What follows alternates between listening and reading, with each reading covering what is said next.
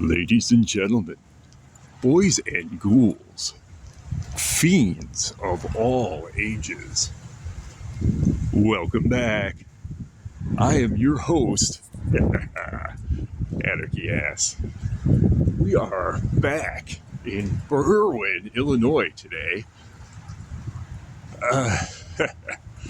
We are fast approaching the site of a really weird incident that happened in mob history concerning a certain Al Capone. And that is the day he decided to have a business meeting, as the story goes, that was actually a picnic. This is a matter of contention, though, and the reason for that is that the evidence for this is based on a photograph, and the photograph itself is somewhat a matter of contention, but maybe we should examine said photo to take a closer look, because I think I've gone and gotten to the bottom of this. This is the photo that I am referring to.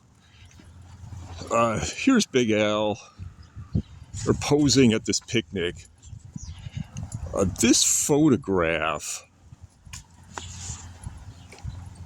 is a group photo, and it's important to note that the evidence centers around two of the individuals in this photo. You can see Big Al here in the center by my thumb, and I want to get this name right, bear with me. Yes. Okay. The little girl, this is kind of central to the photo, literally, is Big Al's goddaughter, Vera Emery. And because she's in the photo, some people claim that this photo was taken in the backyard of her father, who's also pictured, and who worked for Big Al. And they lived in Chicago Heights. So the location of this photo is deduced to be in Chicago Heights, Illinois, which was a major hub for alcohol trafficking in those days, and it was heavily under surveillance by the FBI, particularly Elliot Ness, which is why I don't think that this happened here. In fact, I think that this photo was taken in the backyard of this individual, and this is Screwy Maddox, one Claude Maddox, also known as Screwy Maddox. The reason I think this is for two reasons. One, Screwy Maddox was purported to be the architect and the brains behind the St. Valentine's Day Massacre, and was really the man that moved Big Al into the position of number one mobster in Chicago with that event. And Screwy Maddox would often host meetings like this out at his home, which was heavily fortified. By the way, I have a video on him and that home, which still exists, complete with its siege-proof doors and bulletproof glass. Please view my video on that channel, because it really is further evidence of all of this. Also in this photo is this gentleman. This is one Louis Little New York Campagna. He was a hitman for Al Capone, and both Screwy Maddox and Little New York lived within walking distance of the site of this picnic that took place the same day that this photo was taken. In fact, Screwy Maddox was so paranoid that he purportedly moved this meeting to a nearby park, which is where the meeting/picnic continued without incident.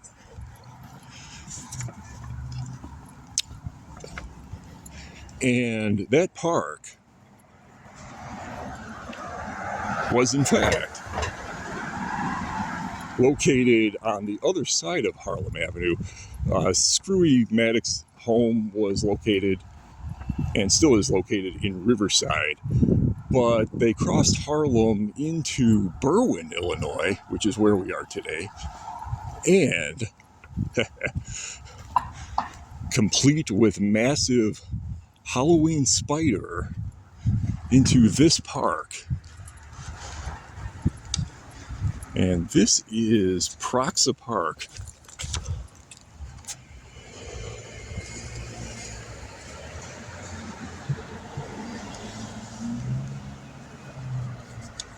Now, it should be noted that Proksa Park does not look like it did in Big Al's time. And the location of where he picnicked is going to have a somewhat different backdrop, as it did in the time in which he visited for that reason. But what is still here from Big Al's time? Well, quite a bit, as it turns out, and we are going to retrace the steps, literally, of Al Capone and his picnickers.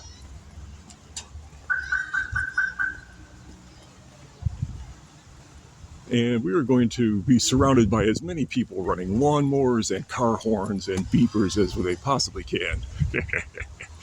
But he would have entered through this entrance that we're coming up on. And let's keep in mind the size of this. You know, in the 1920s, picnicking was still very popular, as it had been in the Victorian era. And it wasn't out of the ordinary to see groups of adults just walking in the parks and sitting out on the grass. So that in itself would not have been strange. But Al Capone would have come in through this side. And this rock is still here. This was overlooking this pond that was also here. This was a waterfall at one point, and it's no longer functional, but it is still here. It has this volcanic rock, and the pipe would eject water, which would create a waterfall effect down to the pond.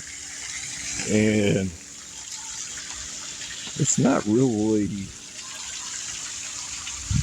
hasn't been functional for many decades, but it is all still here. And really created a water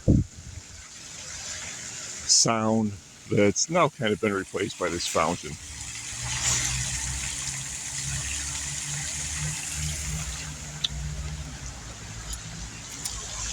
But continuing over here,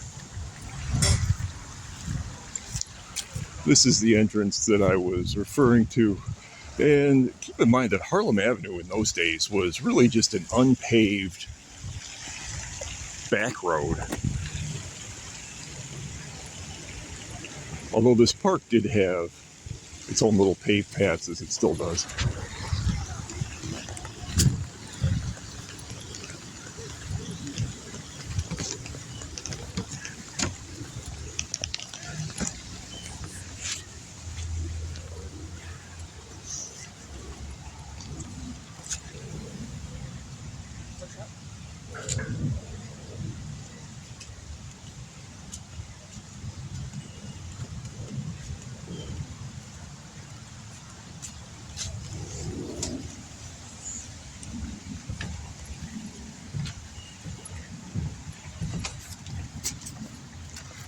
One key thing that is still here from Al Capone's day, that's still here, amazingly, is the World War I monument, which we were told he visited. This was brand new in Al Capone's day, And not so much now. The central monument is long gone, and it's been replaced by this much more recent planter. But the base that it stood on is still here. It's limestone. It has flagpoles on each side. And the fact that this is here gives credibility to this story because it's a physical piece of evidence that we can prove still exists. You can see the names of World War I battles.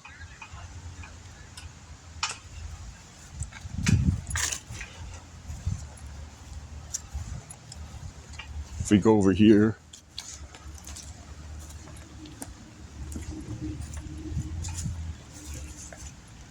incidentally, this was what tipped me off to this whole story of Al Capone and his picnic.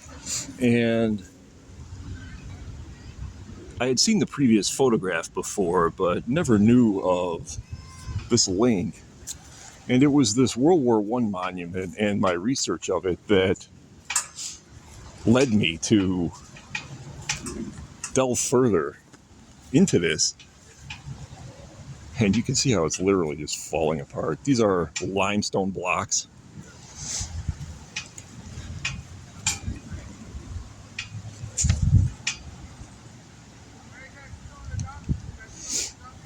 This was all less than 10 years old when Al Capone and friends traipsed past it into this area.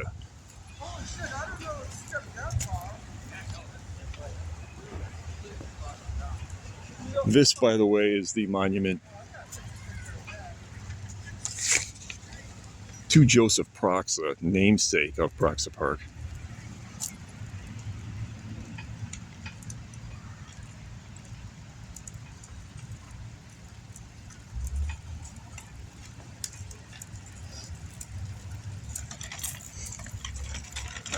Hey, how you doing?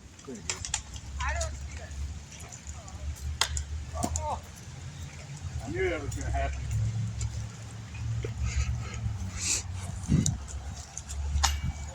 Proceeding over here, though. This is the area.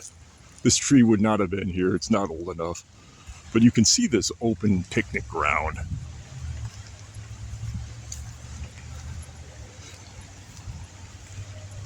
And this is it. Not a bad place for a picnic. Or a organized crime meeting.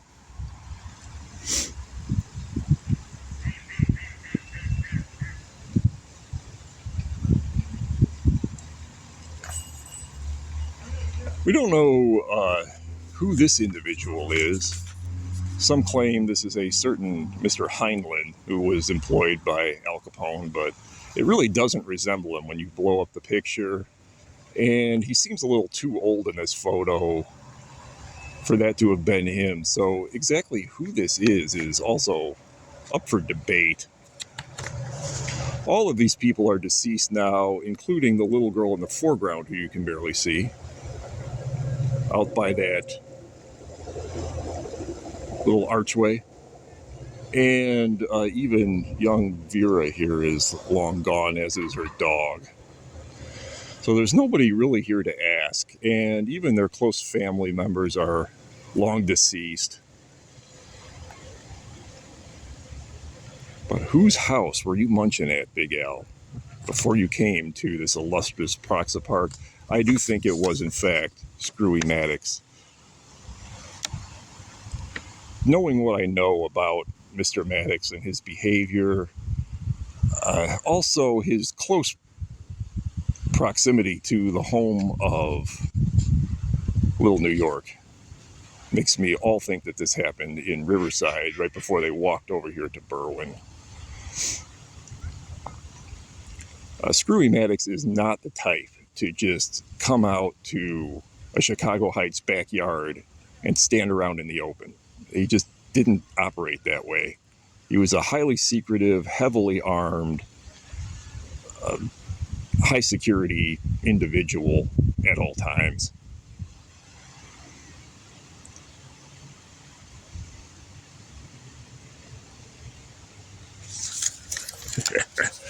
So the next time you're looking for a place to picnic, follow in the footsteps of Big Al and come on out. Until next time, I'm Anarchy Ass. Thanks for watching.